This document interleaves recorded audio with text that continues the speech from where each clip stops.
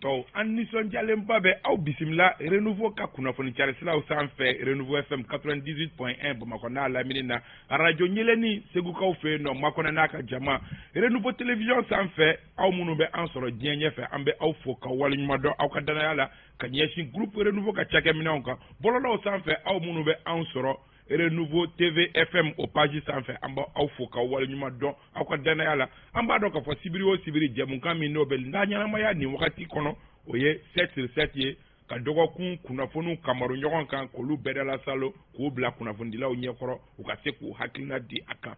dɔgɔkun kunnafoniw bɛ tali kɛ nin dɔgɔkun in kɔnɔ kɛrɛnkɛrɛnnenya la Mali ni Mauritanie ni ɲɔgɔn cɛ an dayina kosɛbɛ ka sababu kɛ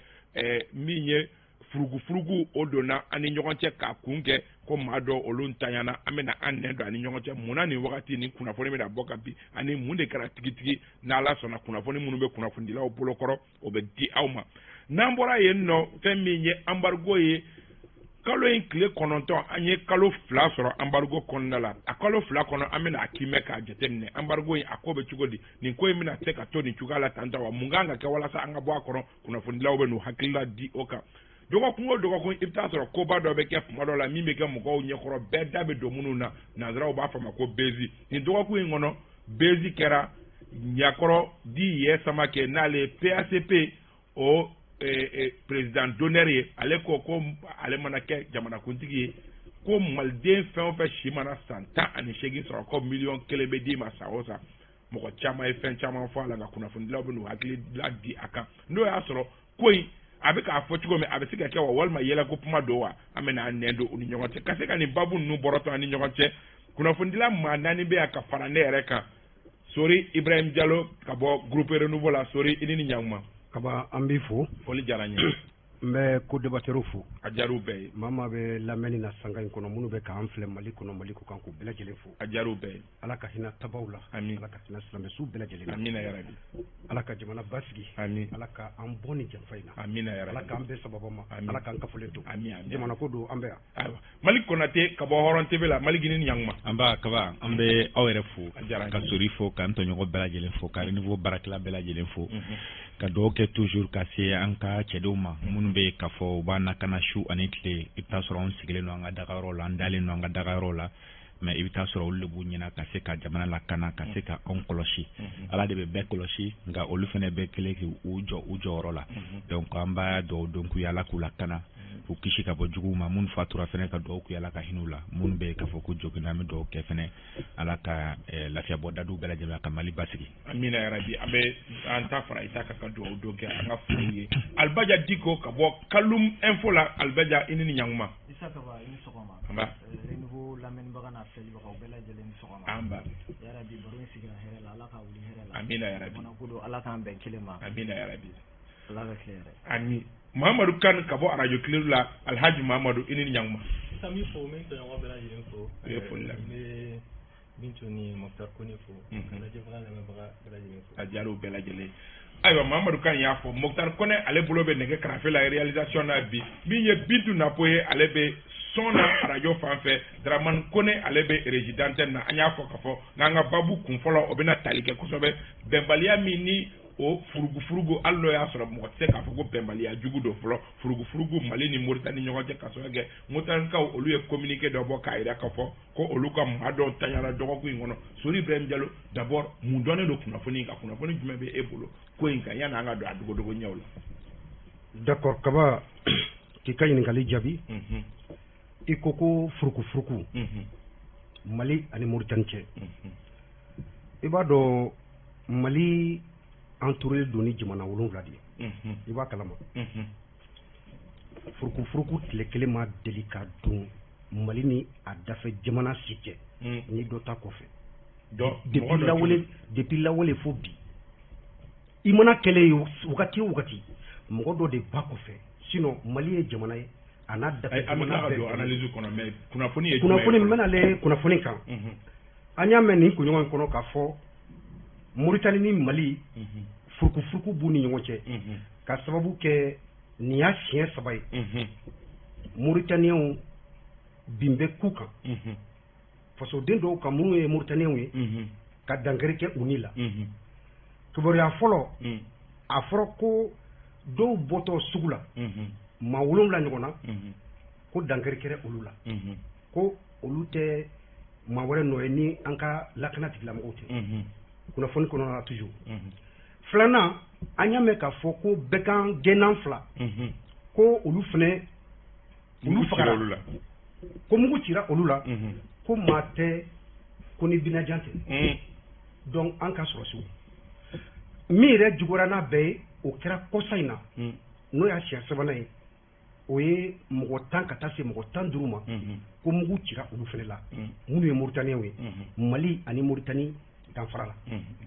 dancɛ la o kɛra sababu ye Mauritanie marabagaw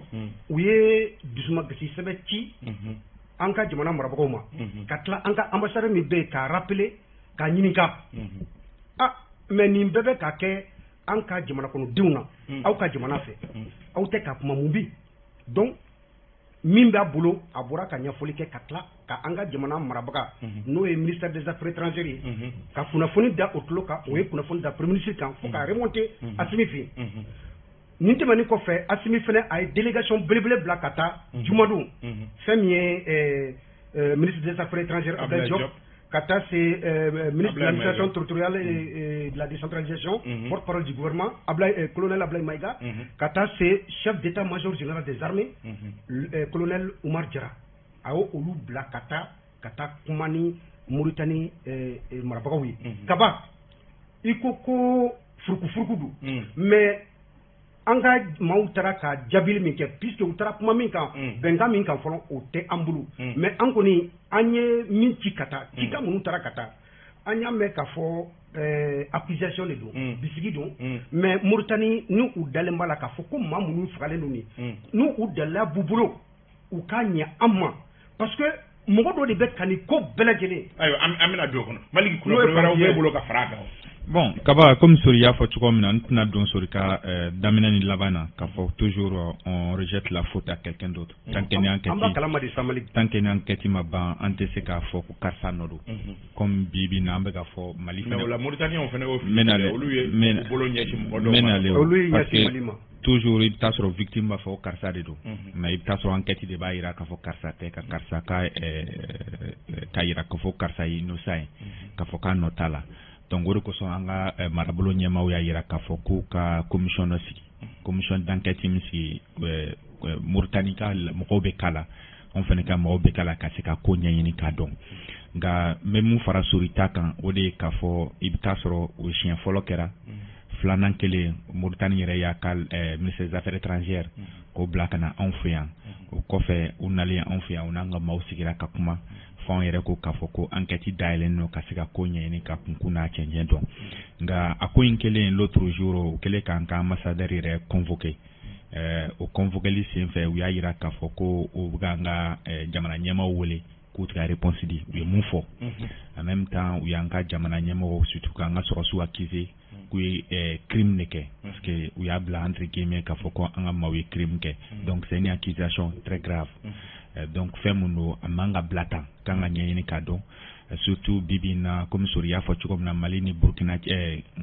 Mauritanie cɛ i bɛ taa sɔrɔ k'a fɔ fɛn dɔw bɛ yen n'o ye frontière caman datugulen don an bɛ don min na ko bi donc Mali bɛ ka Mauritanie frontière utiliser cogo min na a ka coton n'a ka fɛn dɔw fana bɛ se ka tɛmɛ yen fɛ donc ni nin kɛra tan cogo la fo ka taa fɔ u ye bagabagalikan kɛ parce que an bɛ se ka fɔ ko chantage don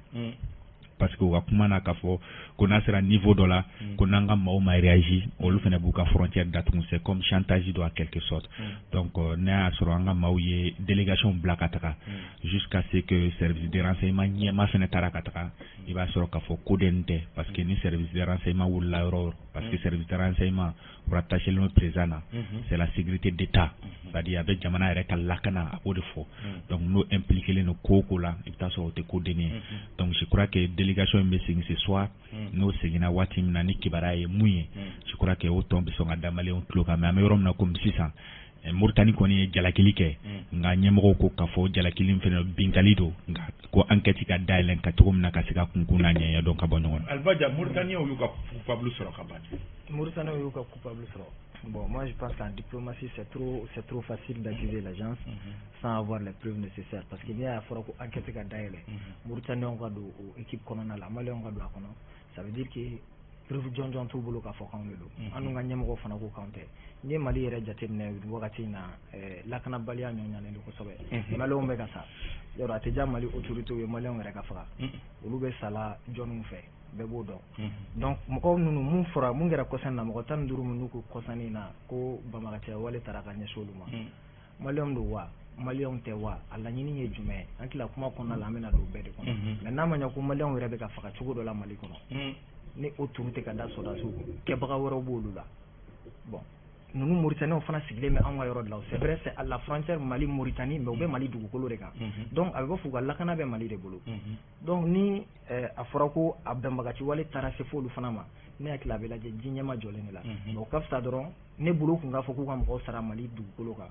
ne tun b'o faamuya n'u k'a fɔ ko Mali sɔrɔdasiw de ye fagali kɛ voilà mais k'a fɔ ko Mali sɔrɔdasiw de ye fagali kɛ bon o yɔrɔ la moi je pense que fili b'a la ayiwa Mamadou Kane e b'a analyser cogo di nin ye nin ɲɔgɔnna siɲɛ 3 de ye a fana ni a bɛ digi hali n'an yɛrɛ ka jamanadenw don an fana b'a fɔ ka ɲinini kɛ mais ninnu y'u ka coupable sɔrɔli min kɛ o fana nin kɛra fili ye dɛ. Ouais, bon, moi je crois que il y a beaucoup d'amalgame en fait. Amalgame est mouillé. Est-ce que concrètement, est-ce que confusion n'est qu'à est-ce que Mauritanie, voilà. Bon, après, il est terroriste comment faut. C'est pas parce qu'il est nationalité doit écouter terroriste quoi. C'est pas parce qu'il y a visalité terroriste. Voilà. Est-ce que confusion que est-ce qu'amalgame que là. Oui, il y quel intérêt les femmes ont d'abattre des Mauritaniens en ce moment précis. On est quand même c'est-à-dire que on a intérêt de mener la Mauritanie français ça. En Mumbai Gela Konala, embargo banca. Anjigi Kera Jamana Mauritanie ba fait. Quel intérêt nous avons aujourd'hui de nous attaquer au peuple mauritanien? Ça c'est vraiment une très grande question. On a avancé parce que toi il faut enquête d'Aïlnendo. On va attendre les conclusions de l'enquête. Mais ce qui est sûr, ni komi albadia fotuka mnaka ala jinyama jolina parce que en mes contextes qu'on a là il faut qu'on soit très très vigilant ni wakati laba na ataku chara très vigilant ni wakati laba na ataku chara il y a pas que les Mauritaniens association d'Orebi lui wulla ku joku comme Robega Fara exaction comment fera quand un film là quand oui un modo fera et donc coup bête terrorisé do Michigan et do voilà Barangena ou donc aujourd'hui concrètement vraiment on sait qu'avancer un dossier quand faut conclusion qu'a mener mais ne fin qu'a fin de rappeler drone c'est que quand je dis qu'il faut qu'on soit très vigilant je rappelle juste que après le 9 janvier, embargo Biné Malika. Jean-Yves Le Drian a contacté la partie mauritanienne. On se rappelle. Il a dit au président Ghazouani de tout faire pour appliquer les sanctions contre le Mali. Ghazouani a fait clairement. Clairement, le Mali est un pays frère, un pays voisin. Et difficilement, on sait que Mali c'est donc, je ne suis pas dans les suspicions ou autres, mais c'est que sûr, faut qu'on soit maintenant, en ce moment précis, très vigilant. Sori Ibrahim Diallo ma kan ga laban yoro ma kan ina fo mo chama me ka fo ka ko mo ko woro ka Mauritanie shuka ke anka ga shiya saba fana ni jamana wera ka jamana diom ka faka jamana do kono nu fana mu kan gorota no puma ye o fana ni o ga jamana diom be jigula de adabura o de kama kaba jatemina ke attaque nu kera période mun kono ani wakati mina c'est-à-dire que même quand même finalement quand dasira yoro do massa Jean-Yves Le Drian a voulu ka jomenke pour que Mauritanie ka se ka sanction ta Mali quand même bien n'étant pas vraiment dans la CEDEAO beba do mindu kaba c'est-à-dire ni ko jelen do ko minono kene c'est-à-dire mais est-ce qu'il y a un dans la photo rejeté non mais ce problème on n'est pas en faute. Toutes ces tueries, ces massacres-là, c'est la France. C'est trop facile ça. Non, c'est pas trop facile. Mais à la mais on était dans toute cette situation. Et puis, c'est-à-dire les autorités mauritaniennes n'ont aucune preuve qu'à Foko n'y ait un gars sur son nom. Preuve qu'elle est capable. Ça c'est un. Non, mais au moment enquête, ils n'ont pas entendu le mois de l'enquête, les résultats de l'enquête. Ils ont accusé nos forces de sécurité. C'est trop dit, Kaba. Et enquête, commission, il faut que Kaba, cette situation est très claire, Francis, des cas politiques, donc, comme Malini, Mauritanie, parce que, malgré l'embargo illégitime, illégal, injuste, le Mali arrive à vivre toujours. Donc, il faudrait que vous cassiez qu'à faire maintenant la population arrive à respirer, on arrive à tenir pendant tout ce temps, où il a mérité donc Francis Beck a fait un Mali ni Mauritanie, commission donc déjà il fallait accusation. Non, c'est vrai. C'est vrai que la France. C'est vrai que quel intérêt nous avons aujourd'hui, sachant très bien que lien Mounoumani Mauritanie intérêt du même Mali armée bolo. Est-ce que c'est pas trop facile que est-ce que bon intérêt compté intérêt donc intérêt compté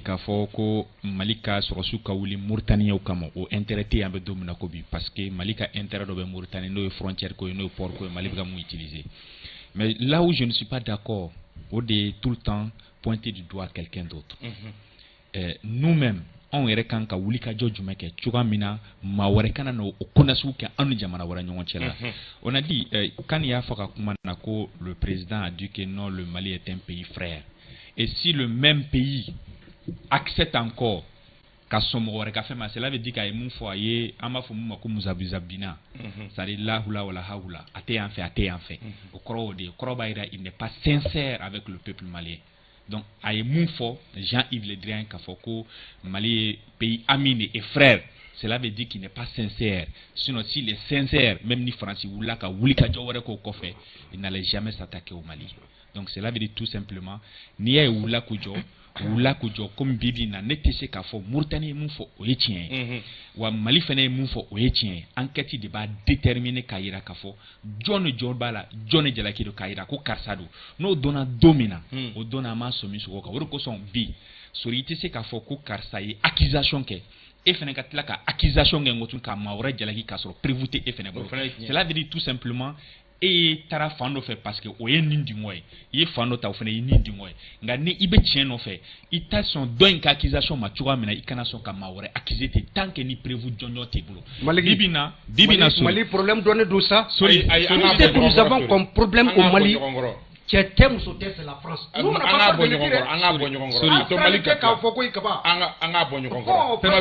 Personne n'a peur de le dire.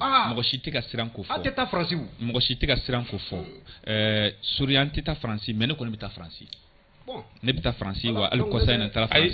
anga bo niveau là quoi non parce que abika na voilà parce que en faisant le débat sur la personne il va tient maintenant ne fait comme fort aujourd'hui Francis de anga problème bay ce qu'on dit d'après Souri donc d'après le donc il y a un problème bay mais on aurait munke on a des dirigeants un jamana nyema de takusi amfuna donc pourquoi on be jamana nyema ni aso Francis de anga problème bay Francis de beni bela jele na chama on be jamana nyema ko suwanti kunjumena am ta kala fila kunjumena ame mauta kusi amna kunjumena barakelen jumena si réellement en bas de Francis de anga problème Francis de anga solution pourquoi. Donc pour moi, on a un débat qu'on a aujourd'hui, mais situation be niveau mna. Tant que ni ou ya fotu Mali ototo ya fotu mna parce que communiquer au deira, faire muno fama outé jusqu'à preuve du contraire. Ça dit faut que ta fo wati mna preuve jonjo nana kaira kanga sur sudo. Tant que no maïra anga sur soute. Anga nyemo de fo. En même temps commission fait bla en place, enquête ka approfondie parce que pour faire romi anga jamana kono, il faut qu'on fait ka fo. Enquête ou be daile ka daile, enquête chité ambe domina ko bi. Comme c'est quand soni sika kanga fo ko enquête mdatukuna. Wo des problèmes parce que problème romna, il ta sur ambe enquête daile, il ta sur organisation woro de buka enquête ke ko anti bloqué bouclé ka rapport bo mais jusqu'à présent anga enquête mais les kaba bulke sikérien comment dirais-je Europe français bombardeli ke dugumna bunti créant afrako français do fembe kera rapport mo woro de rapport ke ka ira ka déterminer MINUSMA rapport kɛ Amnesty International c'est-à-dire bɛɛ y'a ka rapport kɛ ka bila mais anw yɛrɛ ka rapport bɛ min Ouagassogou kɛra anw ka rapport ma ye fo sisan Mondoro fɛn Burkesi kɛra an ka rapport ma ye Kidali kɛra an ka rapport ma ye Gao kɛra an ka rapport ma ye Yelemani kɛra an ka rapport ma ye Bamako kɛra an ka rapport ma ye kaba tɔw ka rapport bɛ bɔ olu bɛ rapport kɛ cogo di surtout nous anw y'a fɔ k'anw ye jamana min y'a fɔ charia jamana min n'i y'a sɔrɔ k'a fɔ autorité bɛ en place mais pourquoi anw ka rapport tɛ ye c'est vrai que pourquoi enquête tɛ bouclée Ouagassogou ninnu ni fɛngɛw pourquoi enquête tɛ bouclée maintenant kaba problème yɔrɔ min na chaque fois nous on attend le rapport des autres k'a sɔrɔ k'o rapport critiquer mais n'a ma ɲɛ i bɛ rapport dɔ critiquer i bɛ na ni dɔ de fɔlɔ et bien on accuse aussi la presse en disant que la presse be kun jumɛn ka tɔw ka rapport publié mais c'est ce que la presse a presse bo o de b'a bolo donc me fɛ ka mun fɔ dɔrɔn ni ko in na ne tɛna ni jalaki n tɛna Mauritanie jalaki n tɛna Mali jalaki tant que ni enquête ma bouclé k'a yira na jɔn ye fautif jɔn ye nin ko kɛ tant que n'o ma kɛ je ne peux pas me Albaja an kan ka enquête de ma kɔnɔ walasa ka fɛn o fɛn fɔ wa non an man kan tɛ ka enquête ma kɔnɔ Isa Kaba jamana ko ye fɛn dɔ ye a ka girin kojugu a ka girin a munumunu yɔrɔ ka ca c'est-à-dire ce que moi je veux que les Maliens comprennent ni y'an teri ye ni y'an ka mɔgɔ ye en matière de gestion d'état o tɛ yen bɛɛ b'i ka intérêt de jateminɛ an ka b'o sentiment ninnu kɔnɔ an ka Mali ka intérêt de jateminɛ maintenant mɔgɔ minnu sara enquête ma kɛ foyi ma kɛ mais n'i ko k'an ka analyse k'a kan minnu fagara olu yɛrɛ ye jɔn ye fɔlɔ Mauritaniens don certes o ye u ka nationalité identité mais jɔnw don fɔlɔ sɔrɔdasiw dun fana bɛ baara de la o bɛɛ b'a dɔn ko banbaganciya wale ɲalen don Mali fan bɛɛ fɛ surtout ka taa ni siganamɔgɔw don a bɛ se ka kɛ mais enquête de bɛ n'a jira n'u y'u minɛ k'u to banbaganciya wale de la o bɛ fɔ o fana ye sira wɛrɛ don en ce moment Mauritanie fana tɛ ni yɛrɛ ɲininka maintenant jɔn fana y'u faga o fana kuma bɛ yen est ce que sɔrɔdasiw don o fana ye ɲininkali dɔ ye mun kan ka kɛ c'est qui est sûr u bɛ Mali dugukolo de kan n'a ma ɲɛ ko maliyɛnw yɛrɛ bɛ ka sa yan an tɛ se ka dɔ wɛrɛ kɛ o de ye ka alerte lancer pour que sɔrɔdasiw ka taa mɔgɔw bɔ bolo la on suppose que an n'olu bɛɛ bɛ kulun kelen de kɔnɔna la maintenant ne kɔni b'a dɔn fɛɛrɛ mun b'a la Mali ni Mauritanie ani dafɛdugu tant que n'u m'u bolo di ɲɔgɔn ma kɔnɔnajɛya la ka essayer ka yɔrɔ in lakana a kuma bɛ caya kojugu maintenant c'est trop facile de dire karisa de don ne hakili an bɛ bɔ o la an bɛ solution de ɲini quand Sori dit que c'est la France ni plateau kelen kɛ la dernière fois moi j'ai dit à Sori n ko u ye ambassadeur gɛn cogoya mun na o t'a kɛcogo ye et puis aw bɛ k'a fɔ ko sɔrɔdasiw bɛ taa hali n'u bɛ taa bi tɛ o tɛ taa dugutigi denmɔgɔ o ni sigi tɛ bɛn quoi maintenant ni i ye France gɛn cogo dɔ la il faut accepter tout ce qui viendra après c'est pourquoi il fallait se préparer en conséquence jamana la n'i bɛ ka jamana baara kɛ n'i bɛ fɛn dɔ bolo da c'est-à-dire kan k'i to bi la ka sini ye ka sini ɲɛsigi c'est pourquoi on dit un leader n'est pas comme n'importe qui mɔgɔ min b'i sigi bi a ka bi ko a bɛ k'o jateminɛ e tilala kunun na mun bɛ kɛ 100 ans e b'o dɔn e kan k'o bɛɛ de labɛn ka bila mais ni aw ye France gɛn k'u ka sɔrɔdasiw ka taa an bɛ s'an yɛrɛ kɔrɔ aw y'u ka ambassadeur gɛn bi aw bɛna fɔ ko France de nɔ don aw ye France gɛn wagati min na est-ce que aw miirila ko ni France taara k'u bɛ se k'aw ni Mauritanie bila ɲɔgɔn na ou bien ka mɔgɔ faga aw ka dugukolo kan ka tila k'o turu da aw kun voilà des questions qu'on doit se poser. Mamadou Kane, c'est vrai que le sujet est sensible mais bi nous réellement on est en position de faiblesse en bɔcogo ɲuman bɛ kɛ cogo di nin na an kunna wololen bɛ bɔ la cogo di ka sɔrɔ kɛ Mauritanie bɛ ka menace kɛ ko ni ɲɔgɔnna wɛrɛ dafara ko a b'a ka frontière datugu an kunna wololen bɛ bɔ nin na cogo di. Bon déjà kuma dɔ fɔlen don moi je crois que charge aux autorités maliennes k'a yira diɲɛma la ko o t'an jogo ye parce que kuma min fɔlen don ko minnu nana an dɛmɛ ko mɔgɔw don ko u ka brutalité fanga ka bon u bɛ exaction caman kɛ bon n tɛ fɛ ka tɔgɔ citer quoi mais bɛɛ b'a dɔn les Russes voilà donc kuma ye nin yɔrɔ de ye donc kuma ye nin yɔrɔ de ye c'est à dire que il faut qu'on soit très vigilant pourquoi parce que Alba y'a fɔ an ko France ka taa an n'a sɔrɔ ko k'olu tɛ taa an ye délai mun fɔ olu bɛ taa u sago la 4-6 mois c'est pas un problème maintenant an de b'a yira diɲɛma la u taara an bɛ se k'an ka sécurité assurer u k'u jija an ka finitigilakaw exaction ko kuma mun ka fɔ n t'a fɔ tiɲɛ don nkalon don mais n'a sɔrɔ ni tiɲɛ don k'u jija u k'u taabolo yɛlɛma o cogoya la confusion bɛ se ka kɛ amalgame bɛ se ka kɛ mais c'est que sur les enquêtes vont livrer les conclusions dans les jours à venir dans les semaines mois à venir an b'o makɔnɔ mais c'est que sur an k'a dɔn an kelen tɛ tuguni c'est à dire que mɔgɔ min nana k'a b'i dɛmɛ san 9 o dɛsɛra a ma a yira diɲɛma la k'ale dɛsɛra k'o ka taa mais i b'i sigi n'o kɔlɔlɔ fana ye o n tɛ accusation la dɛ n bɛ ka réalité de di mɔgɔw ma non n tɛ siran kuma accusation non sorry on dit les choses très clairement accusation tɛ yen nɔ mais ni Barkhane nana kaba mais pendant 9 ans ou décéra nous le coup d'état en français quand on croiser non aman sigini ko bedi tout est possible à partir de cet instant là tout isakaba donc aleka wal mako faka ka turu dangu mais Albadia comment doit faut c'est extrêmement important comment les états fonctionnent les états fonctionnent selon leurs intérêts mais intérêt ko kuma la koy ante fewre la non beba ni ne bibina parce que aujourd'hui Barkhane c'est le Sahel Mali qui la tache noire tampon noir ou quoi bilana donc ni Mali qui a réussi c'est comme le coup d'état de Assimi Goïta Assimi coup d'état qui a un coup d'état Guinée mais on dit du moins un coup d'état pour Henri Sandaogo Damiba un coup d'état ou te ka ko be ka pour que coup d'état wéré kanake donc le fait que Mali a autorité ou là ku jokaira no desera ou tara nous c'est vrai mais on a to accéléré mais enfin nga un sigi de ka donc a fo ni wakati kelengelina comme nous tarata aman jodi ça aman jodi donc faut qu'on anonymise ça jagoya non mais non t'as réussi mais le truc c'est simple t'entends comment qu'on fait ni Mali ka réussi le Mali qui a noué un partenariat avec les Russes ko au réussira ko akalmi nana ko mo faka bana ça va inspirer les Burkinabé Issa ça va inspirer les Nigériens non monter en puissance kuma fumbe sena ni yo blale ngala mala tanto ka so que attaque ou fana tukura nyogongo anga jamana monter en puissance avant c'était une expression creuse c'est-à-dire que kuma gane do fo egunta kono fanga labam temena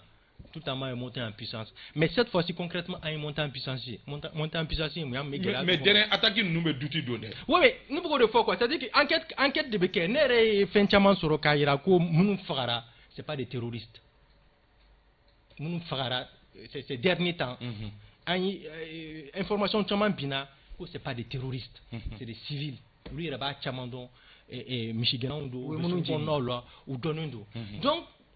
Nico sera au niveau mais il monter en puissance. Monter en puissance, c'est-à-dire que même l'armée russe, même l'armée américaine à un moment donné, Jalaki Betaka Segero, on y va tout là. Mais fait un moufie dron, un joan joro là. Vous avez dit un royambulu parce que mon courant n'a pas comme n'a demain. Cassado, Sumadobo ou non fait. En tout cas, comment do foruma. On ne va pas dire qu'on démenti. On ne va pas dire qu'on a fini la cause surtout. Ni enquête, il m'a y a focati d'Atougou. Ni a d'Atougou une bonne fois pour toutes. Parce que je suis sûr qu'il y a parce qu'il y a la partie mauritanienne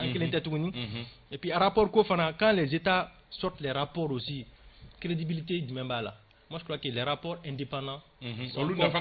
crédibles donc ne crédit dit MINUSMA par rapport ou d'autres organismes Amnesty indépendants même si il a dit aussi je le rejoins les États n'accordent pas d'intérêt ou en tout cas n'accordent pas de crédit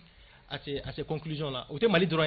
Sénégal, à chaque fois, une organisation internationale lui enquête ou et Sénégal, ben classement ou Burkina, Jamana Beru d'Ami ou Kanjo. Donc il faut qu'on s'assume à partir de maintenant. Ni exaction comment avec Akadabla, ni Bavrigo comment rebe ou Kadabla, Anjo là. Enquête ni nga mené kata ni nga sefa dana anga domu mesena. Mais Mali Mauritanie anga teka nyoma isa une conclusion. Anga frontière ou sécurité nous fait. Anga action coordonnée. On est ñogon avec bomana to kamna ñogon falé ni ñogon gessé isa anga ko bebe ñogon bulu donc anga ji anga ñogon mene mo ko sika intérêt na aywa ambita ñefe anga débat kono sori ibrahim il multi climpédia mais précision me dit maligi neti c'est ne kanté et ma quoi ningo ko ndeta français c'est pas toi angu yo boucler ka on va faire ka maligi ay angu yo boucler ka bon maintenant en kana douter commission mi mena sigi ka foka bena barake douter clinton kaba notre service de renseignement, la sécurité d'État au Mali aujourd'hui, communication paix, Anyambe ou Nyambe Mali Fanta Nani Bela Djelena, toutes les frontières du Mali, au Sika Bouimpeu. Maintenant, Mounou Fagaleno, il était à Tchénike qui va être dessous la Kafo qui bebo. Il était à Tchénike qui vit inou meleke qui koulo meleke qui est non, attends, Mbeka Mifo, d'abord, commission et d'outité. Un rapport fin fait maintenant. Bounti, il a parlé du rapport de Bounti, il a parlé de Ogosagou. Accord mais Mali français, accord de coopération militaire. Au accord qu'on y est mounifo. Côté français, pas vu. Fin comme Mali débat à faire. Alors, on a gré quand il est fou frawa. Ah mais maintenant, au accord timblé kaba, au accord timblé. 1600. Mali de be an kelen bɛ ka an jɔ an ka jamanatigiya la so ni ɲɛ ka kuma faamu Mali y'i ɲɛ tugun tiɲɛ kan bunti fagali la parce que fanaw don da kaba mo fɔ non ko ne dun mo fɔ Mali min ɲɛ tugun kan de toute façon accord ko kuma de bɛ au résultat ye maintenant commission bɛna sigi n'a bɛ ka baara kɛ service de renseignement et sécurité d'état a bɛ Mali fan tan bɛɛ lajɛlen na bi u bɛna résultat min di nin ko ale ye kibaruya sɔrɔ ko a caman civil ne kibaruya sɔrɔ kan an tori tigɛ du kaba mɔgɔw bɛ tiɲɛni kɛ terroristes bɛ tiɲɛni kɛ ka na don sugu kɔnɔ ka bɔ service de renseignement bɛ mun de la u b'a kalama min bɛ ka kɛ u b'a kalama donc baara in ma kɛ kunfɛ ne t'a fɔ ko Mali sɔrɔsiw nɔ n t'a fɔ ko Russie nɔ Faransi cɛ tɛ muso tɛ Faransi de bɛ ka nin bɛɛ kɛ kaba je le dis ne fana bɛ segin o kan c'est trop facile c'est la France qui le dit ayiwa an bɛ taa ɲɛfɛ an ka débat kɔnɔ an y'a ye k'a fɔ kalo ye tile 9 o bɛ embargo o bɛ Mali kɛ embargo kɔnɔ kalo 2 ɲɔgɔnna ye kalo 2 embargo kɔfɛ Mamadou Kane e bɛ a analyser cogo di embargo a fɔra cogo min a kɔlɔlɔ bonyana an kan o cogoya la ten tɔ wala la montagne a accouché. Hein? D'une souris. Non, Issa, mais ça a fait nos efforts. D'abord, avant qu'il y ait un embargo, nous sommes un pays résilient. Je suis pas résilient. En Liban, il y a l'Indoa. Résilient dans ce sens, Gela Obina. Mais en bas, Ame Gela Okun. Ne madala ni fenga jugunga din sayabo. Madala ni fenga juguka fruke sayabo. Ne madala ni fenga juguka dugu kuturu chi. Ka baron faka ku jeni. Ne madala ni fenga jugun ka teme kar jolin ka tasuma wulala ka mugoni fun faga kono. Donc Isa, Maliens salinu ka bon. On saline du kaba. Ces sanctions qui sont injustes, mais c'est caca, qui n'existent nulle part dans aucun texte. Dans aucun texte des organisations sous-régionales, IEMOA, CEDEAO, nous y a bien quand. Ami kololo do kono, on sait gagner tout quoi. Gela do B, on est tous d'accord avec ça. Mais Mali on va supporter. Autorité fananku jo joro la. Parce que ni Gela nana nchwa la, ame ferre ina ame bois kono chwa na. Mais chiffre d'amadon dit ça, il y a un collège d'économistes qui ont travaillé juste sanction binin ko fait. Ka jatemne ke bibi na perturbe se ka kemu. Mali krefe duguma. Issa, ou à conclusion yaïra, la Côte d'Ivoire qui est un pays voisin. Côte d'Ivoire, importation là. Disons le Sénégal, dis-moi, madame le Sénégalais. Sénégal, importation là.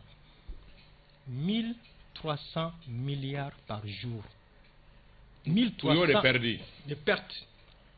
Ça, ce sont les conclusions d'une étude menée par un collège de 4 économistes, le CURES. C'est-à-dire, évaluation d'eau. Oui, j'ai terminé que Sénégal a perdu par jour. La Côte d'Ivoire est à 600 millions par jour. En 2011, toujours d'après le CURES, en 2011 et 2021, en importation, 38%. La Côte d'Ivoire, le Sénégal, le Bénin, le Burkina Faso. Mais Gelab en Fananga, en tant que parce que au Wakati qu'il y a 14%, c'est-à-dire que ça la Tanani, Bakrubala,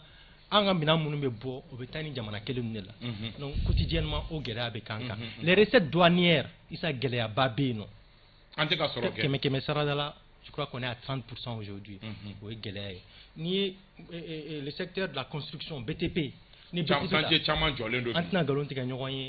Gɛlɛya bɛ yen nɔ parce que siman tɔni yɛlɛnna gɛlɛya bɛ yen nɔ ni ko masɔnkɛ tɛ ka baara kɛ. mais Mamadu ka bɔ kuma la hali denrées de première nécessité minnu kun fɔra an y'a ye k'a fɔ olu fana prix grimpera. Oui, bon, moi je crois qu'il y a une confusion ko yɔrɔ la. Je donne le gaz. Le gaz c'est pas les sanctions de la CEDEAO. Le gaz est mondial. Le gaz c'est le Covid. On est tous d'accord avec ça. Mais station dɔw la semaine kɔnɔ an y'a ye k'a fɔ carburant tɛ station dɔw kɔnɔ. Oui, normalement la guerre en Ukraine. Ça fait me lier les donc quoi. Bibi na amga kuma Ukraine ka, c'est-à-dire mes parallèles ka de Ukraine. La guerre en Ukraine, ça implique quoi? L'Allemagne qui est à côté. L'Allemagne 50% ou gazi importation Europe Ukraine té. Européen m'a fait ku jo falo ku 2027 ma kono. Sonu ko embargo bi Russie ka. Américain comme amé guerre économique fanan là, il y a pas que la guerre en Ukraine. Enjeu économique ou bien parce qu'Américain fana ma ga war sur tout de là. Donc le pétrole, le gaz russe ou ka embargo biaka. Oui, parenthèse ga do couloir ndo kono mais ka siginga na yano embargo banga isa gela banga tan du nyonga gela bare banga anga turto bu jo joro la mais gɛlɛya b'an kan cogoya min na isa Sénégal ta ka jugu ni anw ta ye Côte d'Ivoire ta ka jugu n'an ta ye Burkina ta ka ni chiffre mun d'olu b'o o waati Mali Konate c'est vrai que mɔgɔw kun jɔrɔla la cogo min a tun kɛra i b'a fɔ ko diɲɛ bɛ wuli ni embargo bila an kunna est ce que a kɛra ten e bolo bon kaba n t'a fɔ k'a fɔ k'a kɛra ten kelen n'a fɔ diɲɛ bɛ wuli comme a fɔra cogo min na sanction binna ɲɔgɔn ma deli ka kɛ économiste dɔ kun ko k'an tɛ se ka 2 semaines a kɛra kaba ça c'est les économistes moi je suis pas même si je suis économiste de formation mais aujourd'hui je n'exerce pas ce métier là donc économiste y'o fɔ o y'o ka fɔli ye mais ne bɛ kuma mun kan à l'intérieur du pays ani fɛnɛ an ye kunnafonidila ye ka se ka maaw ɲininka pourquoi les deux ports parce que n'i y'a ye k'a fɔ bibi in na kuma bɛ yen o ye port ko fila in de ye n'o ye Côte d'Ivoire port ni Mali Sénégal port ye pourquoi Mali bɛ port fila utiliser pourquoi an tun tɛ Sénégal Guinée ta utiliser an tɛ Mauritanie ta utiliser mun de kɛra c'est ça quoi la vraie question pourquoi an tun tɛ nin naani bɛɛ lajɛlen utiliser ɲɔgɔn fɛ parce que il faut le dire aujourd'hui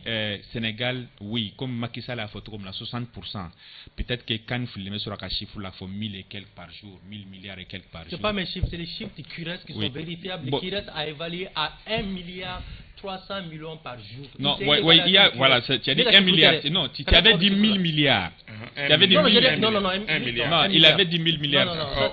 c'est la voilà, c'est pour cela que j'ai dit, peut-être que quand il l'a commandé, il a dit 1 milliard 300. Voilà, comme tu as rectifié, donc on peut. 1000 milliards, Malik, c'est trop. Mais c'est ce que tu avais dit. Donc, tu avais dit ça, voilà, 1 milliard peut-être au caquet. Maintenant, je fais comme un mais problème est que on met un minane takana. Oui, on met à deux, mais on met un minant dans le takana, n'a pas besoin de Jamanaba. Et d'ici, nous bloquera, Alnia sur le fait perdre qu'à 1 milliard et quelques, et t'as sur un fenêtre, mais n'a pas sur la coffre, mou fait kachano. Donc, on va consommer qu'on fait kachano, et cela veut dire qu'on venait de faire à 2 milliards de pertes là, parce qu'on a mis en côté donc. Donc, ne peut faire qu'un base fait mon camp, oui,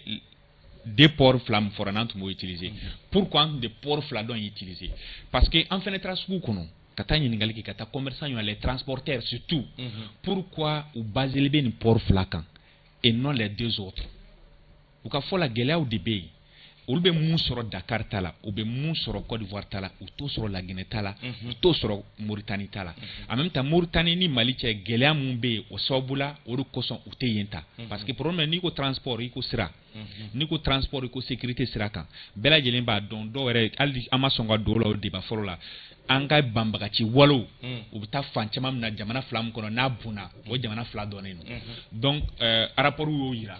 en même temps organisation y'o yira u bɛ don u t'u dogo yɔrɔ min na donc o bɛɛ kɛra sababu ye u ka fɔ la u tɛ taa Mauritanie ka sababu kɛ insécurité ko la ka sababu kɛ sirako ye gɛlɛya minnu bɛ jamana in kɔnɔ ani exigence min b'o jamana kɔnɔ o tɛ nin jamana tɔ ninnu kɔnɔ maintenant o fana bɛɛ ka bɔ yen mun ye La Guinée ta ye c'est pour ça que La Guinée ta danna siɲɛ kelen ma an y'o convoi kelen o kɔfɛ an ma kuma mɛn an sera transporteur ma toujours k'u ɲininka La Guinée ta la yala vous continuez toujours à aller u y'a yira k'a fɔ gɛlɛya caman b'a kɔnɔ parce que nin wagati in na u ka mobili caman de binna sira la maa minnu ye La Guinée sira man ɲi maa minnu ye La Guinée sira kɛ minnu taara La Guinée fɛ duguma sira fɛ n m'a fɔ sanfɛ sira mais duguma sira fɛ bɛɛ lajɛlen b'a dɔn même les transports en commun difficulté b'a la parce que yɔrɔ dɔ bɛ yen nɔ mun ye kulu ye i bɛ taa sɔrɔ i yɛrɛ minnu tɔ i bɛ dugumala ye tourna sugu la ni min station a bɛ gafiri et camion ninnu fana bɛ donni mun ta a donni ninnu na il faut ka kɛ sira mun bɛ yen ne y'a sɔrɔ k'a fɔ munumunu ba t'a la o kelen sira jɛlen don sira mun tilennen don bon i bɛ taa sɔrɔ o camion caman nin yɔrɔ in na o yɛrɛ ka fɔ la ne ye reportage kɛ wagati min na n ka tɛ san ta ma n tɛ san ta chiffre dɔn mais reportage kɛ ça fait après 3 semaines ɲɔgɔn na o 3 semaines kɔnɔ camion 40 ni kɔ de binna a sira la donc u ka fɔ la a kɛra perte ye u ma n ye o mun kɛ maintenant an ka bɔ o yɔrɔ la mun ye sɔrɔfɛnw ye sugu kɔnɔna na kani y'a kuma dɔ fɔ c'est très très important parce que Mali ye jamana ye jamana min bɛ yen nɔ ni dɔrɔmɛ kelen farala fɛn mun kan o y'o bannen de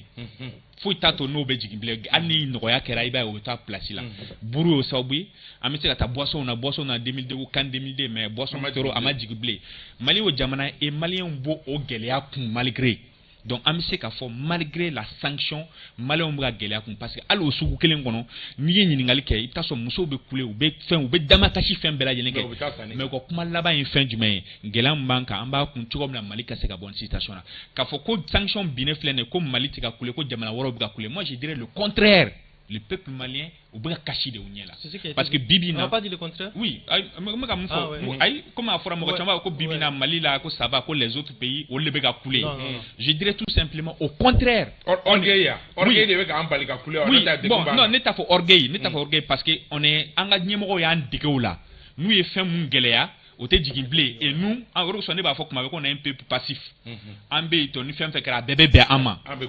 c'est comme Moussa Traoré Kawati la fera ina ko femme marqué maliena ka bébé ama donc on a clé ni do mais au taira ka fo gelam banka bi bela jeli ma do su kono ebe ka sokono ibe se ka wa fladi i ka madame makaka ta sugula tu sais très bien que wa fly e yɛrɛ b'a dɔn a n'a ma concert n'a dir'e yɛrɛ ma ala tɛ i ka tilefana yɛrɛ bɔ dɔw ka tilefana ni n ko tilefana n ka tɛ maa fila maa saba maa naani maa du belebeleba i b'a dɔn pɛrɛ a t'a bɔ mais quand même on se débrouille avec en même temps n'i ye o bɛɛ lajɛlen ta k'a lajɛ ka maliyɛnw ka sɔrɔ sira an b'a fɔ ma n k'an ka revenu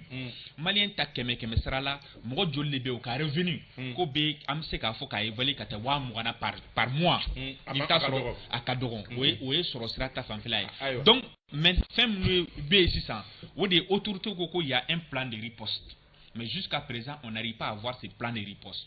Au plan de riposte tika ye jamana kɔnɔdenw fɛ o plan de riposte ye jumɛn de pour que ka jamana kɔnɔdenw accompagner parce que a fɔra les denrées de première nécessité o t'a la o fɔra k'o t'a la bien précisé mais pourquoi o bɛ ka yɛlɛ diɲɛ don o don hali ni y'a sɔrɔ ko k'a fɔ k'u ye barɛmu sigi ka se ka tarifu dɔw kɛ mun b'a yira k'a fɔ ko o kana sigi mais i bɛ taa sɔrɔ diɲɛ don o don o bɛ ka yɛlɛ i yɛrɛ bɛ taa dɔw fɛ yen nɔ ko a dɔw yɛrɛ bɛ yen kaba il faut que je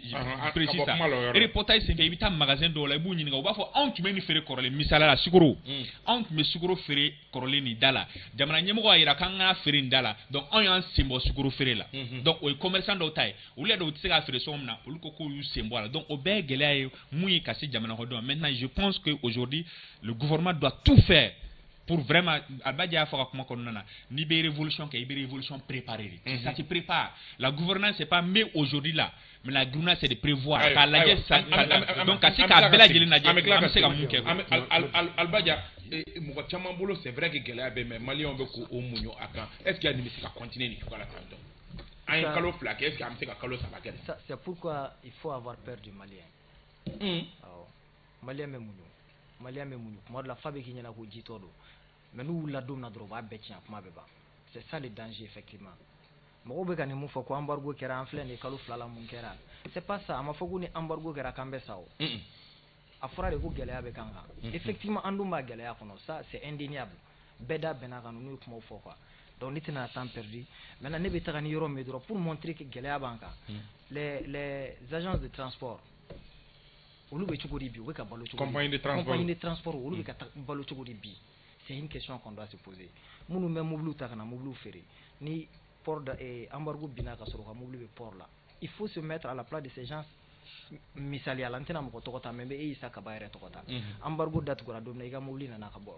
extérieur la u nana n'a ye Dakar a ma se ka don a bɛ parking mun na ɲɛ bɛ wari de sara chaque jour a jate minɛ kalo 2 a bɛ taga joli la nin n'a ɲɔgɔnna kɔlɔlɔ joli de bɛ yen c'est vrai que opérateur économique dɔw y'o fɔ ɲɛna k'u ka minɛnw bloqué len bɛ yen en plus de i tɛ k'i ka minɛn sɔrɔ i bɛ tila ka wari dɔ sara minɛn kunkɔrɔ i bɛ wari sara a kunkɔrɔ da la dumuni gansan bɛɛ b'a dɔn bi a bɛ cogoya min na mɔgɔ fɛn fɛn b'a fɔ ko embargo in tɛ ka santé an kan a caman bɛ yen nɔ i b'a sɔrɔ n'an ka dumuni kɛ o de don sinon fɛn fɛn mun bɛ tigɛ bila i kun o tigi b'a dɔn tigitigi mun bɛ jamana in kɔnɔ an ka tiɲɛ fɔ mɔgɔw ɲɛna bani mais an ka bɔ nin bɛɛ la a kɛra ka ban a kɛra solution de kan ka na mais cogo di an bɛ se ka kalo 2 kɛ nin degun kunna cogo di o bɛ se ka kɛ kalo 2 an bɛ nin degun kɔnɔ et jusqu'à présent bɔda ma yira an bɛna tila ka réflexion kɛ bɔda kan Sori Ibrahim Diallo embargo kalo 2 bon Mamadou Kane ye kuma ban fɔlɔ pewu i ni Mamadou Kane bɛ ɲɔgɔn fɛ bi dɛ non aujourd'hui a ye kuma ban gɛlɛya tɛ tɛmɛ bunadamaden ni ka bɔrɔntɔ gɛlɛya tɛ tɛmɛ o kan quoi kaba mais an bɛ étape wɛrɛ de la dans notre vie dans la vie de la nation dans la vie de la nation an tɛmɛna olu kan mais ka taa dugukunturu ci o tɛ vie de la nation ye kaba o y'o ye ka kan ci o fɔra o don mais kaba i fɛnɛ sa Mamadou Kane ye kuma ban gɛlɛya tɛ tɛmɛ o kan an y'o ye pendant des années aujourd'hui Dieu merci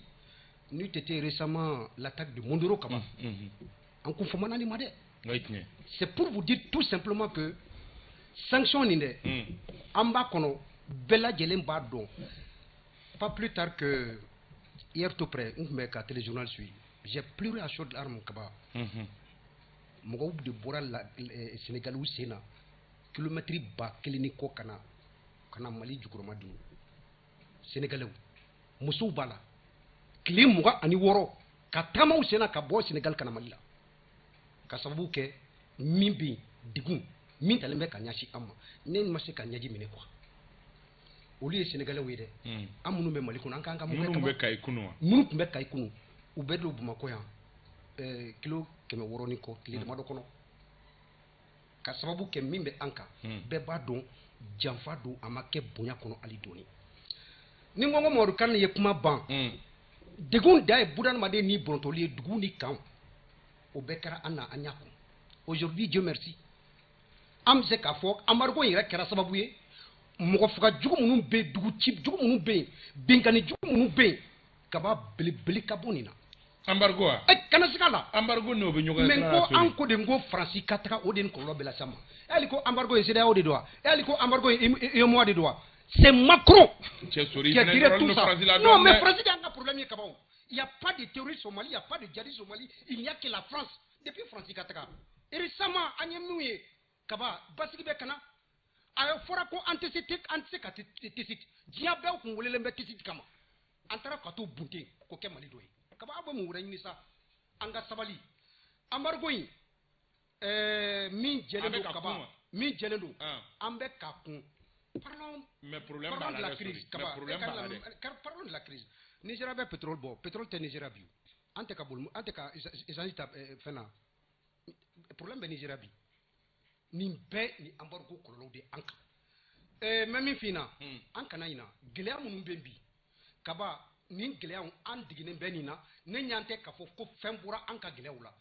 parce que covid ye problème min se an ma o wari dira o wari kɛra cogo min hali sini mɔgɔ t'o taga cogo mais ka segin o erreur ɲɔgɔnnaw kan tuguni wa gɛlɛya kan ka wuli de kɛ n'a ma ɲɛ ko coup d'état kɛra gɛlɛyaw kan ka wuli de kɛ coup d'état kɛra gɛlɛyaw bɛ ka wuli parce que lakana bɛ kana ayi jɔn de farala gɛlɛya kan non kaba an bɛ situation min na kana lamɛn mɔni lakana ni o nana jamana kɔnɔ jamana bɛ se ka développer an bɛ ka taa i ka fɔnya bala lakana bondakun kan maintenant dun ka fa kaba maa maa bɛ k'a fɔ ko i bɛ se ka dun ka fa kɛ bi tiɲɛ don gɛlɛya min bɛ an kan alhamdulilayi an bɛ ka supporter an bɛ ka a kun an bɛ ka moyen sɔrɔ ka dun mais o gɛlɛya kelen bɛ ni jamana bɛɛ kan malgré que an ta ma kɛ sariya kɔnɔ embargo b'an kan on arrive à vivre mieux que certains de ces pays qui sont pas embarqués. C'est pas sûr. Bon, tour de table kelen wala an ka sujet laban développer Mamadou Kane an bɛ bɔ nin kɔnɔ cogo di embargo in kɔnɔ cogo di proposition de solution en une minute. Non, la proposition c'est très simple. C'est vrai que les sanctions sont injustes. Mais c'est grave. Sanctions do à te franchi. Mais ani c'est là où c'est comme toujours. Je sais que Barok Gake, mais Barok a dans ce sens. Chronogramme de fin follow do ou be retard. Oui, bon, chronogramme autorité au déjà ou chronogramme dit ni chronogramme go kuma de do. Moi je crois que c'est aussi simple que ça. Si ils veulent 2 ans, ils veulent 3 ans, ils veulent non qu'à proposer. Après c'est là où bah là on ben akola do mais c'est que sûr le dernier mot reviendra toujours au peuple malien mais ce quoi moi si il faut imposant il faut que cela soit clair pour tout le monde. Moi aussi anga bodron maliki et sera ko kuma fo les chantiers vraiment anga barake pour que ani Conakry sera man ñonti akakla ani Nouakchott aka améliorer anga partenariat diversifié et ani c'est embargo willa ani CEDEAO ni moi kan siki ni ko npa na nga tien fo ñoy ka tien fo ñoy soit ambitu CEDEAO ni moi la soit ambi boila munu bala ouais na abora la bessa avant la CEDEAO le Mali existait on commerçait avec d'autres pays après la CEDEAO le Mali va continuer donc proposition très concrète ou ka barabeke pour que sanctions auli c'est vrai c'est des sanctions injustes mais nga barake pour ka auli parce que mo sengani no mo be de kela konna la ni sanctions ou la je pense que la patience a de limites. Ka imouyon limite bala. Nasra niveau de la bataille de fort, malin buga gelea kun, malin busi ka fin do kun, wati jan. Nasra niveau de la ouli nous la ka fem kevita soro jama frentano. Donc je pense que les autorités doivent tout faire. Ka fin bela jelenke. Tu vois mina gelea mbese ka wuli ka bo malin ka parce que bientôt c'est le mois de carême, de Ramadan disons. Donc Ramadan menacé, on nous menacé au Malien ka fin chama sans wati. En même temps Malien fan chama fene be mumbe son au wati là. Donc kujija yan o che gela mumbe akawuli kaboya kana ke dala kumai parce que on a dit au peuple malien le 14 janvier qu'on a des moyens on a un plan de riposte ko ni ala sona foyi tina fara fɛnw kan wa gɛlɛya in a bɛna kɛ maliyɛnw a bɛ tɛmɛ o fɔra maliyɛnw ye donc au plan de riposte ça fait 2 ans moi je pense que 2 mois disons au 2 mois kɔnɔ an kan k'o plan de riposte in de évaluation kɛ k'a lajɛ o plan de riposte in na a mise en œuvre kɛra a nafa ye jumɛn ye an ye nafa jumɛn sɔrɔ a la je pense qu'on doit faire ça la deuxième chose quand il y a da dɔw la il faut vraiment qu'on essaye vraiment de donner un calendrier raisonnable. Déjà que an y'a fɔ a fɔra autorité yɛrɛ fɔ ko c'est le peuple malien o de b'u ka dernier mot di nka peuple malien ye mun fɔ anw ma se ka dernier mot di parce que normalement assise nationale an tun kan ka dernier mot di k'a fɔ ko 5 ans an ma se ka 5 ans fɔ an ma se ka 6 mois fɔ an ma se ka 2 ans fɔ donc cela veut dire an ma se ka dernier mot di en même temps an ka CNT mun fɛnɛ tun kan ka dernier mot di ka ko tranché parce que an b'o fɔ ko CNT fɛnɛ bilalen don n'o fɔ an ka bulonba olu fɛnɛ an ka représentation ye olu fɛnɛ ma se ka dernier mot di mun de fɔra ko CEDEAO n'an ka autorité bɛna mun kan cela veut dire dernier mot tɛ peuple bolo dernier mot tɛ bolo dernier mot bɛ CEDEAO n'an ka ɲɛmɔgɔ de bolo ko n'olu bɛnna mun na cela veut dire hali an ka ɲɛmɔgɔ dernier mot t'o bolo parce que an ka ɲɛmɔgɔ fɛnɛ ta 5 ans de fɔ donc cela veut dire tout simplement on doit tout faire pour vraiment ka calendrier di an ka bɔ nin situation kɔnɔ en même temps n bɛ bɔ kuma na yɔrɔ min na sabanan ye fɛn min ye les autorités eux-mêmes jamanakodenw bɛ ka gɛlɛya kun olu fɛnɛ ka essayer ka dɔ b'u ka charge la ka daminɛ président na ka jigin fo planton fɛn fɛn bɛ yen nɔ u bɛɛ lajɛlen ka essayer ka dɔ b'u ka charge la cogoya min na jamanakodenw fɛnɛ ka se ka fɛnw subventionner parce que i b'a fɔ commerçant k'a ka to nin place la mais aw ye mun de kɛ ka commerçant accompagner e ye fɛn dɔ fɔ sisan commerçant ka minɛnw bɛ Dakar commerçant ka minɛnw bɛ Côte d'Ivoire u bɛ ka sara hali bi embargo bɛ yen nɔ mais u bɛ ka transport parking sara dɔw filɛ nin frontière la hali kulo toujours reportage kɛra Côte d'Ivoire dɔnniw de ye 1 million ni kɔ fara ɲɔgɔn kan ka se ka di Mali transporteur ma Badia seginna kuma ko transporteur bɛ gɛlɛya kɔnɔ ka se ka d'u ma parce que balo tun t'u bolo bilen donc état kan ka se ka fɛn bɛɛ lajɛlen kɛ olu yɛrɛ ka sara wari u yɛrɛ ka prime u yɛrɛ ka privilège ka caman bɔ a la cogoya min na ka se ka jamana accompagner ka jamanadenw accompagner hali n'a kɛra u bɛ taa minɛnw de san ka distribuer les nécessités la c'est-à-dire minnu bɛ yen k'a fɔ gɛlɛya yɛrɛ yɛrɛ b'u kan i b'a dɔn k'a fɔ tiɲɛ yɛrɛ la u kan ka dɛmɛ ka se k'o baara kɛ cogoya min na an bɛ se ka bɔ nin gɛlɛya sortie tɛ dɔwɛrɛ ye o embargo in bɛɛ nana fɛn min kama quand on disait qu'on pouvait l'éviter o de tun ye an k'an kumakan labato dɔrɔn n'an ko y'an kumakan labato an tɛ se nin bɛɛ ma an ko an bɛ fɛn kɛ wagati min na an ma se ka kɛ maintenant ni aw ma ɲɛ aw ma kɛ aw ko k'aw bɛ filanan kɛ a ye na ni chronogramme dɔ ye bɛn bɛ se ka kɛ mun kan aw ye mɔgɔw fara ɲɔgɔn kan assise nationale hali ni bɛɛ ma taa la minnu tagara olu y'u hakilinata di u ko k'u y'a proposé de 6 mois à 5 ans donc ne bolo o la ni maliyɛnw de ko de 6 mois à 5 ans autorité mun ka d'olu ye olu tun bɛ se k'o fɔ u y'o fɔ ko 5 ans CEDEAO ko ka ca ni CEDEAO nan'o la hali n'u ko 9 mois on suppose u bɛ jamanadenw ka hakilina de kɔ parce que jamanadenw y'a fɔ de ko 6 mois jusqu'à 5 ans donc n'a fɔra ko 9 mois o b'o kɔnɔ fana de mais cogo di bɛnbaliya bɛ se ka na fo ka na se kalo 2 an bɛ nin degun kan donc vraiment u ka chronogramme bɔ mun bɛ se ka accepter jamana ka bɔ nin ko in na pour que an ka se ka segin ka kɛ état normal ye ani diɲɛ mɔgɔ tɔw ka se ka tugu ɲɔgɔn kɔ ka baara kɛ sinon an bɛ tagalen yɔrɔ min na isa kaba danger bɛ ɲɛfɛ sortie de crise sorry kaba tɔw dakuruya damadɔ pour que an ka se ka mun ne bɛ ne ta kɛ dakuruya damadɔ ye qui a donné le temps à tout cela de dakuruya damadɔ dɔrɔn tugu di kaba gɛlɛya de kɔnɔ mɔgɔ bi i teri don Maliki i ye enquête min kɛ nafama ye enquête nin na dɛ parce que le Mali est malade ni mɔgɔ ni man kɛnɛ i taara dɔgɔtɔrɔw fɛ i ma fura sɔrɔ i bɛ taa bamanan na an y'o de kɛ o Dakar datuguna ɲɛ an ɲɛ Côte d'Ivoire datuguna ɲɛ mais an bɛ taga min an bɛ fura de ɲini an ka bana la o an y'an tɛgɛ di Laginɛ ma même ni o tun tɛ yen an y'an tɛgɛ di Mauritanie na même ni o tun tɛ yen malgré que an bɛ nin gɛlɛya kɔnɔ la Mauritanie et la Guinée ont accepté d'ouvrir les frontières avec nous ni gɛlɛya ma ye an ka fura ɲini an ka gɛlɛya la an b'a kɛ cogo di donc ne b'a ɲini Mali marabagaw fɛ kaba hali ni nin sanction wulila an ka Sénégal bila an ka Côte d'Ivoire bila an ka to ni Mali ni non mais c'est dans les difficultés qu'on reconnaît c'est vrai ça olu de y'an dɛmɛ amitié tɛ mɔgɔ balo dɛ nous avons aspiré kaba non mais les Maliens ont aspiré vraiment à des meilleures conditions de vie IBK ka wagati la an bɔra ka boulevard minɛ yan ko dugu b'an kan Maliyɛnw bɔra i ma bɔra ye ne tun tɛna jeni aw fɛ yan aw tun bɛ na ne jeni le 5 avril o ma kɛ boulevard la wa Ala de ne sauvé kaba n bɛ min fɛ nin yɔrɔ la an ko an bɛ jamana min nɔfɛ jamana min basigilen don an bɛ jamana nɔfɛ dun ka fa an b'a nɔgɔyali sɔrɔ jamana min kɔnɔ ni an y'o sira ta o tɛ taa an bɛ bɔ cogo min na chronogramme ko min bɛ k'a fɔ assise nationale la de la refondation an maliyɛnw bɛnkan min fɔra kalo 6 ka taa se san 5 ma kaban o de ye an ka porte de sortie o de an ka chronogramme ye chronogramme kɔrɔ tɛ kɛ dɛ an bɛnna min kan maliyɛnw de ko ten k'a daminɛ buguda la 6 mois à 5 ans o de an ka chronogramme ye o tɛ chronogramme o de an ka chronogramme ye o de an ka non an ko de ko jamana an b'o de nɔfɛ o de mais jamana kɔnɔdenw mon frère Albadia n bɛ min f'i ɲɛna a yɛlɛma tɛ don a la cɛkɔrɔbaw ye dankari da ko yɛlɛma tɛ don a la kalo 6 ka taa se san 5 ma ka daminɛ Kayi fo Kidal an bɛnn'o de kan o de chronogramme ye parce que an bɛ baara min nɔfɛ président sigi n'u b'o la bi bɛɛ b'a dɔn o tɛ se ka kɛ n'a ma se ka kalo 6 kɔnɔ ayi o tɛ se ka kalo 5 ka daminɛ kalo 6 la ka taa se san 5 ma kalo 6 kɔni kuma tɛ san 5 b'a kun cɛ an bɛ don san 4 kɔnɔ wagati min na an bɛ kalafili labɛn ka bɛn ni san 5 na ye kaban o de an ka chronogramme ye o an bɛ kalafili labɛn ka refondation kɛ ka révision institutionnelle kɛ o de an ka chronogramme ye an tɛ bɔ kɔnɔ dɛ kelen tɛ quoi a lamɛnbagaw mɔgɔ baden de bɛ ka o de y'an ka chronogramme ye non je viens souris n bɛ fɛ ka mun fɔ chronogramme ye jumɛn ye a bɛ i n'a fɔ sisan n'i ko ko bɛ transition kɛ yɛlɛmali tɛ na Salva Dia san 2 kɔnɔ o ka jan an ka kɛ dɔrɔn an bɛna kɛ kalo 10 na maintenant kalo 10 na k'a daminɛ bi n bɛ élection législative n bɛ loi électorale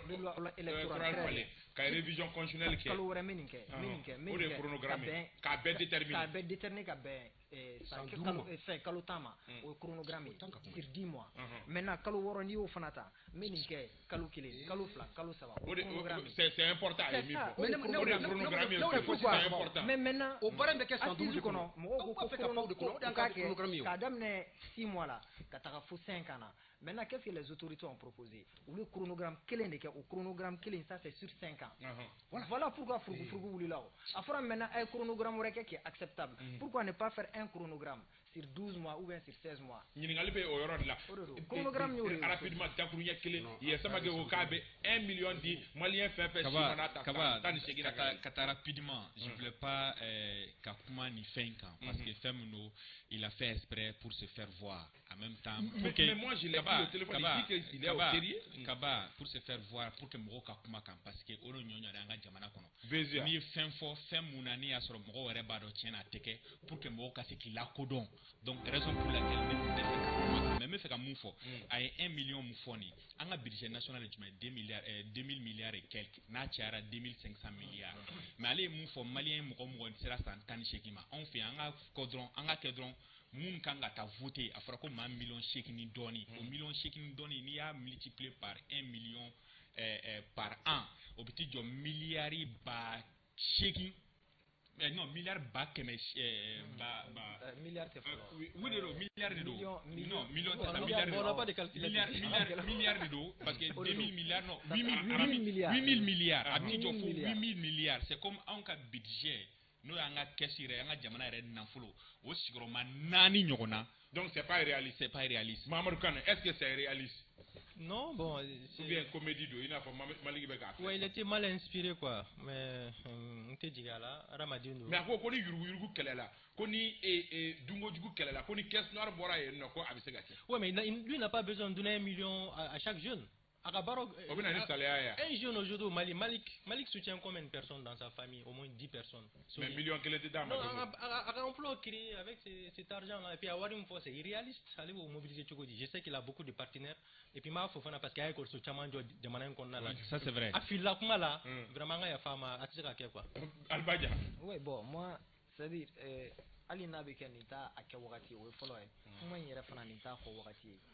Moi, ne bolo falen ba de tumbe yela ka sababu kɛ a ye baara minnu kɛ i b'a fɔ n'i da don mun na a ye ekɔliso caman jɔ a ye dɔgɔtɔrɔsow jɔ yɔrɔ dɔw la mais maintenant ale nana nin kuma fɔ jamana bɛ contexte mun na bi politique mɔgɔw ka yeta fɔlɔ an bɛ degun mun kɔnɔ an bɛ bɔ nin kɔnɔ cogo di n'an bɔra degun kɔnɔ wagati min na sisan an bɛ na ni lakana ye cogo di k'ale maliyɛnw mako b'o de la mais n bɛna wari d'aw ma Isa Kaba ni dɔ ye wele bi k'a fɔ e ɲɛna Isa Kaba n ye avion kelen d'i ma ka Villa Palace kelen d'i ma Ukraine t'i sigi yen nɔ n bɛ miliyɔn 10 fara n bɛ miliyari kelen fara kan e tɛ t'i sigi Ukraine parce que sɔrɔ b'i la mais lakana tɛ yen mais Mali ni Ukraine ma jan ɲɔgɔn na c'est ce que je veux dire lakana n y'o de fɔ lakana i b'an bɔ nin degun kɔnɔ ka lakana sabati jamana la san 10 politique mɔgɔw bɛ kan ka baara k'o de kan bi mais n bɛ nin di vraiment Sori Ibrahim Diallo an ka bɔ kuma kɔnɔ i b'a dɔn mɔgɔw tɛ ɲankɔrɔ dɔn Sori b'a dɔn ne min b'a dɔn chez moi par exemple Mamadou Kane ko dɔgɔtɔrɔso caman jɔ dɔgɔtɔrɔso dama tɛ dɛ a ye école-so jɔ a ye pont jɔ ka dɔgɔtɔrɔso jɔ chez moi a ma se biriko fɔlɔ filadugu a ye min kɛ a b'a to ne bɛ da a kumakan na k'a bɛ se ka miliyɔn kelen di a ma ban sa ne ma tila quoi i jɔ n ka kuma cɛn ka dɔɔni a ka baara kɛlen kan n'i ye Welesebugu ta o dugu ka dɔgɔ a ye baara kaba donc o tigilamɔgɔ d'abord avant que a kana yan fɔlɔ a tun bɛ États-Unis il a beaucoup de ces partenaires là occidentaux qui peuvent l'aider à le faire et puis a ko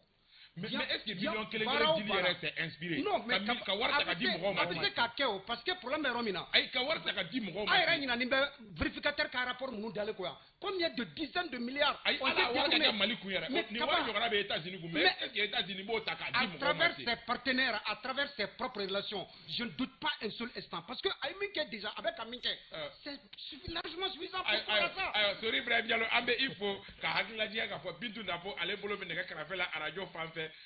Mokhtar Kone ale bɛ réalisation na k'a ni cɛ k'a ni baraji Dramane Kone ale bɛ régie d'antenne na maa welelo bi Mali Konate ka bɔ Hɔrɔn TV la Sori Ibrahim Diallo ka bɔ groupe Renouveau la Alpha Diko Kalim Info ka fara Mahamadou Kane ka bɔ radio Kiledu la Asan Sakiliba Mikado FM ko sɔgɔma o sɔgɔma k'a bɛ jɛmukan in lamɛn an bɛ Asan fo kosɛbɛ Mohamed Karambe an bɛ i fo Bamusa Sisoko Jogolojo k'i fo Aba Yanfo Segukaw fɛ an b'i fo Mariam Kone Basaro Aydara Kulbi maa o maa ye message caman Ibrahim Diko